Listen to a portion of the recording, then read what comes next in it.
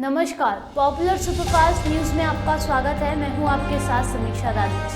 आज इस सुपरफास्ट में बात होगी अखिलेश यादव और कांग्रेस के बीच चल रही तनातनी पर बोले जयंत चौधरी की। प्रियंका गांधी ने मोदी पर साधे निशाने की बात करेंगे। नरेंद्र मोदी ने की ईरानी राष्ट्रपति इब्राहिम रईसी से फोन पर बात की। भूकंप को लेकर वैज्ञानिक ने किया चौंकाने वाले दावे की। मनोज तिवारी ने अरविंद केजरीवाल पर साधे निशाने की। साथ ही जानेंगे असदुद्दीन ओवैसी ने राहुल गांधी पर कसे तंज की। सुकमा में डीआरजी और नक्सलियों के बीच फायरिंग की। बात करेंगे मिजोरम के मुख्यमंत्री जोरमथांगा ने किया मतदान की। पटना विधानसभा गेट पर आंगनबाड़ी सेविकाओं के प्रदर्शन की। और आखिर में बात होगी श्री राम जन्मभूमि तीर्थ क्षेत्र ने साझा की तस्वीरों की। इसके साथ ही और भी तमाम बड़ी खबरों से आपको कराएंगे रूबरू। समाजवादी पार्टी के राष्ट्रीय अध्यक्ष अखिलेश यादव ने इन दिनों कांग्रेस से नाराज चल रहे हैं। वो कांग्रेस पर हमला बोल रहे हैं। इस मामले में अखिलेश को जयंत चौधरी का साथ मिल गया है। जयंत ने कहा कि बात नाराजगी की है, सारी जिम्मेदारी कांग्रेस की बनती है। उन्हें सभी सहयोगी दलों को साथ लेकर चलना चाहिए। अखिलेश यादव जी वो कहते हैं कि कांग्रेस एक धोखेबाज पार्टी है। तो क्या कहना चाहते हैं सर इस तरह की जब मैंने उनका बयान देखा नहीं मुझसे, लेकिन लगातार पत्रकार पूछ जरूर रहे हैं। अब ये उनको मालूम है कि किन परिस्थितियों में उन्होंने कहा है। बात तो नाराजगी की कही है। कांग्रेस जिस राज्य में बड़ी पार्टी है, ये जिम्मेदारी कांग्रेस की बनती है कि जो 7 सहयोगी दल हैं, चाहे उनकी नजर में छोटे हों, कम प्रभावी हों, लेकिन सबको साथ लेके चले। सर उनका कहना यह भी है कि जो कांग्रेस पार्टी हमें धोखा दे सकती है, पार्टियों को धोखा दे सकती है, वो जनता उस पर क्या भरोसा करेगी? क्या मानते हैं इस सवाल को लेकर? मैं उनकी बात काटूंगा नहीं। मैं फिर कह रहा हूँ किस संदर्भ में उन्होंने बात कही। मैं ये समझता हूँ कि मध्य प्रदेश के संबंध में उनका जो कड़वे अनुभव हुए हैं, अलायंस नहीं हो पाया, उन्होंने बात कही। लेकिन इसका ये कहीं अर्थ नहीं निकाल सकते कि आगे के कोई बड़ा फैसला ले लिया है या इंडिया में हम लोग शामिल नहीं। वो नहीं कह रहे इस बात को। वो लगातार कह रहे हैं कि इंडिया के साथ हम लोग हैं। इंडिया गठबंधन को क्या लेकर चल रहे हैं सर? कितनी तैयारी अब तक हो चुकी है इलेक्शन को लेकर? देखिए, अभी इलेक्शन का माहौल बना है। वास्तव स्थिति ये है कि जमीन में पे काम हो रहा है लगातार, लेकिन सिर्फ इलेक्शन को केंद्रित रख के नहीं हो रहा। ये बीजेपी के तौर तरीके हैं कि शासन की जिम्मेदारी उनके पास है, लेकिन वो उस काम को ना देख के लगातार प्रचार में रहते हैं। आप देख रहे हैं कि प्रधानमंत्री भी, आपने उनके कार्यकाल को देखा, जितना ध्यान उनको देश पे नहीं उतना ध्यान चुनाव पे रहता है। तो हम लोग वैसे हैं नहीं, लेकिन आपने सवाल पूछा है, चुनाव तो मजबूती से लड़ा जाएगा। अभी 6 महीने हैं, हमारे मुद्दे तय हो चुके हैं, किन मुद्दों को लेकर हम लड़ेंगे। नौजवानों के लिए जो है रोजगार कैसे नौजवानों को मिले, इसके लिए हम व्यवस्थाएं बनाएंगे। किसान जिन्होंने एमएसपी की मांग हर किसान के जुबान पे है कि एमएसपी का लाभ उनको नहीं मिलता, वो चाहते हैं एमएसपी का लाभ उनको मिले, उनकी बात रखी जाएगी। अग्निवीर जैसी जो दुष्प्रभावी योजना है उनको हम खत्म करेंगे। तो ये सारी चीजें हमारी हैं। पेंशन की आपने देखा, बड़े बड़े आंदोलन देश में हुए हैं। देश की राजधानी में पूरे कई प्रदेशों के जो पेंशन धारक हैं वो पहुंचे हैं और कहते हैं कि नई पेंशन स्कीम से उनके कोई ताल्लुक नहीं, उस योजना से उनको लाभ नहीं मिल रहा, वो उसमें परिवर्तन चाहते हैं। तो इन सारी बातों को हम समायोजित करेंगे और एक एजेंडा आपके सामने। धार जिले के कुक्षी में दही के बाद प्रियंका गांधी ने इंदौर में सभा की। उन्होंने कहा कि कांग्रेस क्रांतिकारी पार्टी है, भाजपा चुनाव के वक्त ही विकास की बात करती है। प्रियंका ने कहा कि मोदी जी कहते हैं कि कांग्रेसियों का खून खराब है, उन्होंने पैथ लेप कब खोल ली। आगे कहने लगे कि इन कांग्रेसियों का खून खराब है, तो मैंने सोचा कि भाई ये मोदी जी ने पैथ लैब्स कब से खोल दी कि खून का टेस्टिंग कर रहे हैं? कि चुनाव का समय है, जनता को इससे कोई मतलब नहीं है कि हमारे खून में क्या है क्या नहीं है, वो टेस्ट रिजल्ट बता देगा हमारा। आपसे पहले जितने भी लोग आए वो सब बेकार थे, किसी ने कुछ नहीं किया। आपने क्या किया है कि मोदी जी कह रहे हैं कि कांग्रेस के कुछ नेता हैं जो आज भी इंदिरा गांधी के नाम पे वोट मांग रहे हैं। तो मैंने सोचा अरे ये तो मोदी जी मेरी बात कर रहे हैं, मुझसे नाराज हो गए। और मैं सोच रही थी कि मोदी जी आप तो 24 घंटे हर भाषण में पंडित नेहरू का नाम लेते हैं, हर भाषण में पंडित नेहरू का नाम लेते हैं। 1-2 बार मैंने भी सोचा कि मैं इंदिरा जी का नाम ले लूं, तो इसमें कौन सी बुराई हो गई। आगे सुना मैंने भाषण उनका आगे कहने लगे कि इन कांग्रेसियों का खून खराब है। तो मैंने सोचा कि भाई ये मोदी जी ने पैथ लैब्स कब से खोल दी कि खून का टेस्टिंग कर रहे हैं। अगली बार बुखार चढ़ेगा तो मैं मोदी जी के पास भेज देती हूं। लेकिन मन में देखिए मजाक एक तरफ है, मन में ये बात आई कि आप प्रधानमंत्री हैं, आपके पद की एक गरिमा है। अगर किसी का दायित्व है कि सार्वजनिक जीवन में जो चर्चा परिचर्चा का स्तर है उसे ऊंचा रखना है, तो ये प्रधानमंत्री का ही दायित्व होता है, बड़े बड़े नेताओं का होता है। कि चुनाव का समय है, जनता को इससे कोई मतलब नहीं है कि हमारे खून में क्या है क्या नहीं है, वो टेस्ट रिजल्ट बता देगा हमारा। जनता को मतलब है अपनी समस्याओं से। आज सबसे बड़ी समस्याएं क्या हैं? महंगाई है, बेरोजगारी है, शिक्षा की सुविधाएं, स्वास्थ्य की सुविधाएं। अब देखिए बार बार कहते रहते हैं कि 70 सालों में कुछ नहीं हुआ, लेकिन अब 10 सालों से आपकी सरकार है, अब तो जिम्मेदारी ले लीजिए। 10 सालों से आपने इंदौर में कौन सा विश्वविद्यालय खोला है, कौन सा मेडिकल कॉलेज खोला है? मध्य प्रदेश में हजारों स्कूल बंद हो गए हैं। जब लोग गांव से यहाँ शहरों में पलायन करते हैं वो इसलिए करते हैं क्योंकि वहां आपने सुविधा दी नहीं है। तो आप 18 सालों से इस प्रदेश में आपकी सरकार है, 10 सालों से केंद्र में आपकी सरकार है। तो अगर ठीक है आप कह रहे हैं कि किसी ने आपसे पहले कुछ किया ही नहीं, ये छोड़ देते हैं हम बात की IIT हो, IIM हो, एम्स हो, सब पंडित नेहरू के समय से है, छोड़ देते हैं हम बात। हम कहते हैं चलो मान लिए किसी ने कुछ नहीं किया, आपसे पहले जितने भी लोग आए वो सब बेकार थे, किसी ने कुछ नहीं किया। आपने क्या किया है? क्या आप अपनी जिम्मेदारी को लेने के लिए तैयार हैं? क्या आप एक ऐसी राजनीति करने की हिम्मत कर सकते हैं जो नकारात्मक नहीं और सकारात्मक है? क्या आप मंच पे खड़े होकर आप ये हिम्मत कर सकते हैं कि अतीत की बातों को बंद करें और आज की बात करें कि आपकी सरकार ने क्या किया? क्योंकि जब आप इस बात को उठाते हैं तो सिर्फ ऐसी बातें करते हैं कि हमने G20 की, बहुत बढ़िया किया, देश का मान सम्मान बढ़ाया, ठीक है, संसद का सुंदरीकरण किया, उसमें भी आपने 20,000 करोड़ रुपए खर्च कर लिए, आपने अपने लिए 2 बड़े बड़े हवाई जहाज खरीदे, 16,000 करोड़ रुपए खर्च लिए। क्या जनता का हक नहीं है कि पूछे कि ये किसके पैसे खर्च रहे हैं?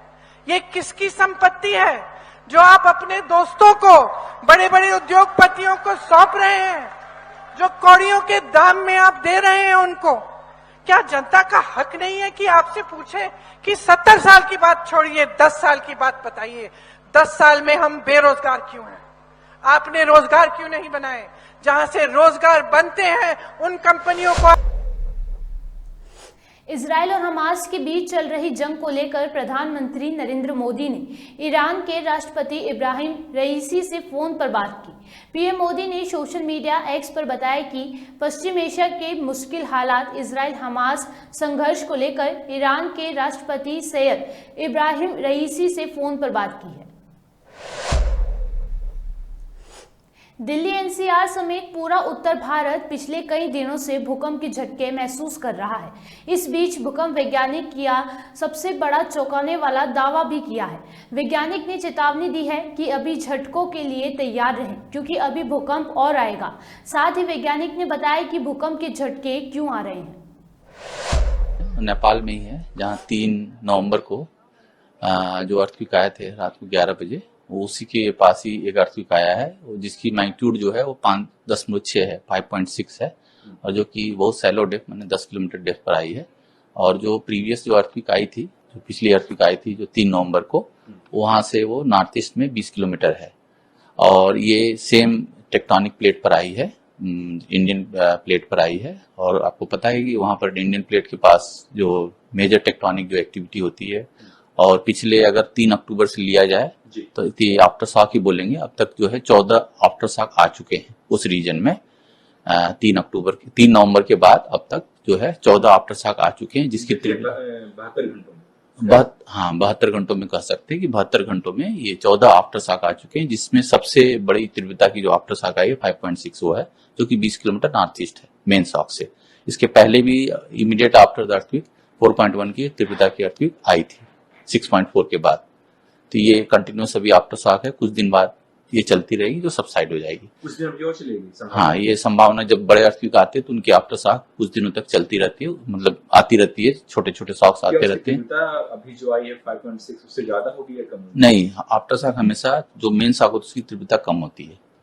जो आफ्टर शॉक आते हैं उसकी तीव्रता मेन शॉक से कम होती है। दिल्ली के लिहाज से देखें तो क्या है? दिल्ली के लिहाज से जैसे सेक फील हुआ 10 सेकेंड के लिए सेक फील हुआ, तो जैसे कि अगर हम इंटेंसिटी मैप देखें तो इंटेंसिटी मैप ये बताता है, जो सेक मैप है वो बताता है कि हमारे दिल्ली में 2 से 3 की इंटेंसिटी थी जो हमने सेक फील किया। लेकिन अगर ईपी सेंटर के पास देखें, जैसे लोगों ने फील्ड रिपोर्ट भी अगर देखा जाए तो दिल्ली के आसपास के क्षेत्रों में लोगों ने फील्ड रिपोर्ट हमारा जो वेब पोर्टल पर आता है उस पर उन्होंने बताया है।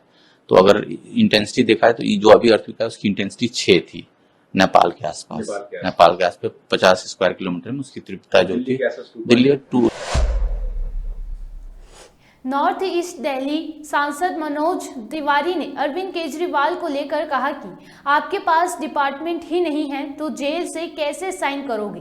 आप दिल्ली की जनता को बेवकूफ बनाना बंद कर दीजिए। अरविंद केजरीवाल जी, आपने फिर से विधानसभा के पवित्र फ्लोर का दुरुपयोग किया। सिर्फ मतलबी वाली बातें करी कि आप जेल चले जाएंगे, अब विक्टिम कार्ड खेलते रहे, दिल्ली की जनता की आंखों में फिर से वो भ्रमित करने वाला धूल झोंकने की कोशिश किए, विधानसभा का दुरुपयोग किए। और ये सब कुछ कहते हुए आप शायद भूल गए कि आप जो कह रहे हैं वो भी झूठ है, कि अब हम जेल से फाइल साइन करेंगे। आप तो फाइल साइन करते ही नहीं है, आपके पास तो कोई डिपार्टमेंट ही नहीं है। तो जब कोई पोर्टफोलियो नहीं, डिपार्टमेंट ही नहीं, तो आप कौन सी फाइल साइन करेंगे जिसके लिए आप इतना इमोशन दे रहे हैं? अरविंद केजरीवाल जी, शायद आप ये भी भूल गए कि इस समय कम से कम पॉल्यूशन की बात करनी चाहिए थी, जिससे लोगों की सांसें रुक रही हैं, बच्चों के स्कूल बंद हैं, तरह तरह के नियम कानून लगने से हमारे दिल्ली के लोगों का जीवन बाधित हो रहा है। आपको उसकी चिंता नहीं आई। यहां भी बस खाली अपनी बात करनी है। दिल्ली की जनता, वो चाहे उसकी सांस रुके या उसको परेशानी हो, उससे कोई फर्क नहीं पड़ता आपको। तो याद रखिए कि दिल्ली की जनता सब कुछ देख रही है।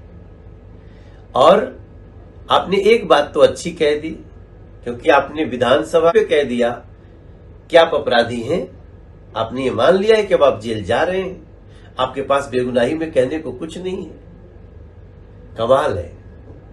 अब तो जांच एजेंसी को कुछ और पता करने की भी आवश्यकता नहीं है शायद, क्योंकि आप विधानसभा में ऐसा लग रहा था कि आप जेल जाने के पहले विदा लेने आए हैं यहां से, और वहां जाके भी आप मुख्यमंत्री बने रहेंगे। इतना मोह है आपको मुख्यमंत्री की कुर्सी से। कोई बात नहीं, दिल्ली की जनता देख रही है और आपको सही समय पे। असदुद्दीन ओवैसी ने राहुल गांधी पर तंज कसते हुए कहा कि ये अपने बाप की सीट हार गए, दादा की सीट हार गए और हैदराबाद आकर हम पर इल्जाम लगाते हैं। कांग्रेस उनको जनेऊधारी भी कहते हैं। दोस्तों और बुजुर्गों, कांग्रेस पार्टी का जो उम्मीदवार है, जो कांग्रेस पार्टी है, बल्कि इनका जो यहां पर एक साहब आए हुए हैं जो अमेठी में इलेक्शन हार गए, अपने बाप दादा नानी का सीट हार गए और हैदराबाद को आकर मजलिस पर इल्जाम लगाते हैं श्रीमान राहुल गांधी, जिनको जनेऊधारी कहते हैं कांग्रेस के लोग। तो श्रीमान ने कह दिया कि मजलिस इतनी पैसे लिए, तुम इलेक्शन तो हार गए स्मृति ईरानी से, तो स्मृति ईरानी से तुम्हारी क्या डील हुई? मैं तो नहीं लड़ा वहां पर। अब सोच रहा हूं कि अमेठी जाऊं 2024 में, तुम लड़ो तो सही। अरे मैं तो ये खुलकर कहा हूं कि यहां पर आकर इल्जाम लगा, हैदराबाद में मजलिस का मुकाबला हैदराबाद की पार्लियामेंट की सीट से करके दिखाओ मुझसे। तुम यहां वहां जाकर पुकारते हो हैदराबाद की पार्लियामेंट की सीट पर मुकाबला कर लो प्यारे। तुम अमेठी तो नहीं जाओगे, तुम वायनाड ही जाओगे। अरे छोड़ो वायनाड, अमेठी, हैदराबाद को आओ। और ये जितने लोग इनके पीछे फिर रहे, इनका जिंदाबाद और बाजा बजा रहे, तुम पूरों को ला लो यहाँ पर। तुम मोदी को भी साथ में ला लो, आरएसएस को भी ला लो, योगी को भी ला लो, अमित शाह को भी ला लो, पूरों को ला लो। मुझे यकीन है कि हैदराबाद की आवाम तुमको शिकस्त देगी। पार्लियामेंट में भी तुम हारोगे, असेंबली के इलेक्शन में भी इंशाअल्लाह ताला तुमको शिकस्त होगी। और ऐसे आदमी को यहां का उम्मीदवार बनाया गया है जो ये कहता है कि हल्के असेंबली के नामपल्ली के मुसलमान तालिबानी माइंडसेट के हैं। यानी यहां के नामपल्ली के जो मुस्लिम अकलियत के लोग हैं तालिबानी माइंडसेट के हैं, फंडामेंटलिस्ट हैं। क्या यही कहा था ना? क्या कहा था उसने? हाँ, फेनेटिक है। अब फेनेटिक के माने क्या है? पागल किस्म के लोग हैं, फेनेटिक है। यहां के पूरे नामपल्ली के बसने वाले मुसलमान फेनेटिक है। अरे भाई साहब, आपको इलेक्शन लड़ना है, आप हार गए, चार मरतबा हार गए, तो हम यहां का नामपल्ली का मुसलमान फेनेटिक है? अरे फेनेटिक की स्पेलिंग तू बोल नहीं सकता, एफ के क्या बोलेगा तू, मगर फेनेटिक है। फेनेटिक बोल दिया माने बेइज्जती कर रहा है नामपल्ली के गयूर अवाम की।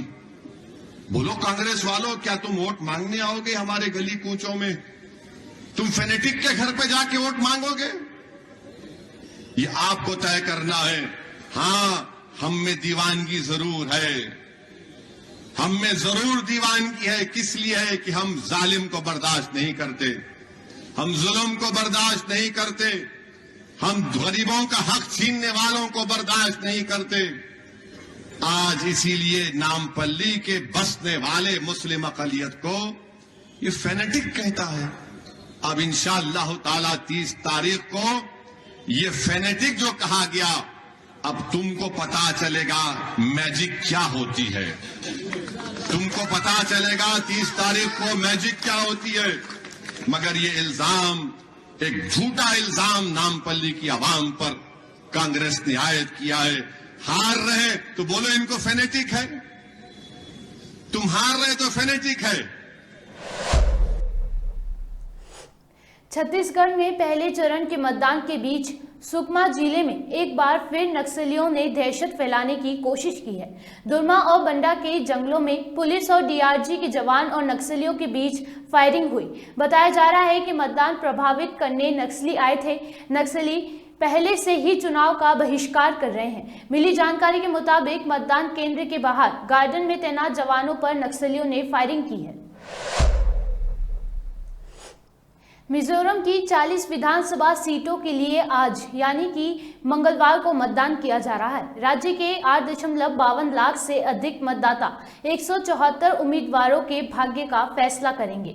निष्पक्ष और स्वतंत्र चुनाव कराने के लिए मतदान दल संबंधित मतदान केंद्रों पर कल यानी सोमवार को पहुंच गए थे। चुनाव कराने के लिए मतदान केंद्रों पर लगभग 5000 मतदान कार्मिक लगाए गए हैं। प्रशासन ने कड़े सुरक्षा इंतजाम साथ ही चुनाव कराने के लिए सभी तैयारियां पूरी कर ली थी और आज अभी तक सुरक्षा पूर्वक चुनाव कराया जा रहा है।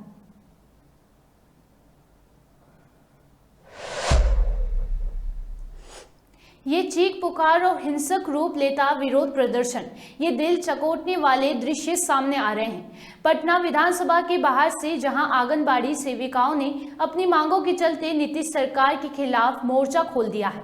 आंगनबाड़ी सेविकाएं और सहायककर्ता आज विधानसभा का घेराव करने अपनी अधूरी मांगों को लेकर वहां पहुंचे और देखते ही देखते प्रदर्शन उग्र रूप लेने लगा। प्रदर्शनकारियों को रोकने के लिए भारी पुलिस बल तैनात किया गया, जिनमें महिला पुलिस भी शामिल है।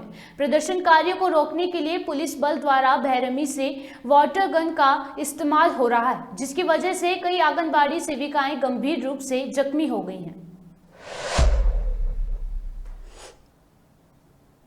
अगले साल जनवरी में होने वाले रामलला की प्राण प्रतिष्ठा के लिए अयोध्या नगरी में राम जन्मभूमि का कार्य दिन रात तेज गति के साथ चल रहा है, जिसके लिए सैकड़ों कारीगर बिना रुके मंदिर को आकर दे रहे हैं। राम मंदिर का कार्य रात्रि काल में किस तरह चल रहा है, उसकी झलक दिखाते हुए श्री राम जन्मभूमि तीर्थ क्षेत्र ने सोशल मीडिया एक्स पर तस्वीरें साझा की कि कैसे कारीगर राम मंदिर को तय तिथि तक पूरा करने में लगे हैं। सुपरफास्ट टॉप 10 न्यूज में आज के लिए इतना ही। देश और विदेश की तमाम बड़ी खबरों से जुड़े रहने के लिए देखते रहिए पॉपुलर टीवी। धन्यवाद।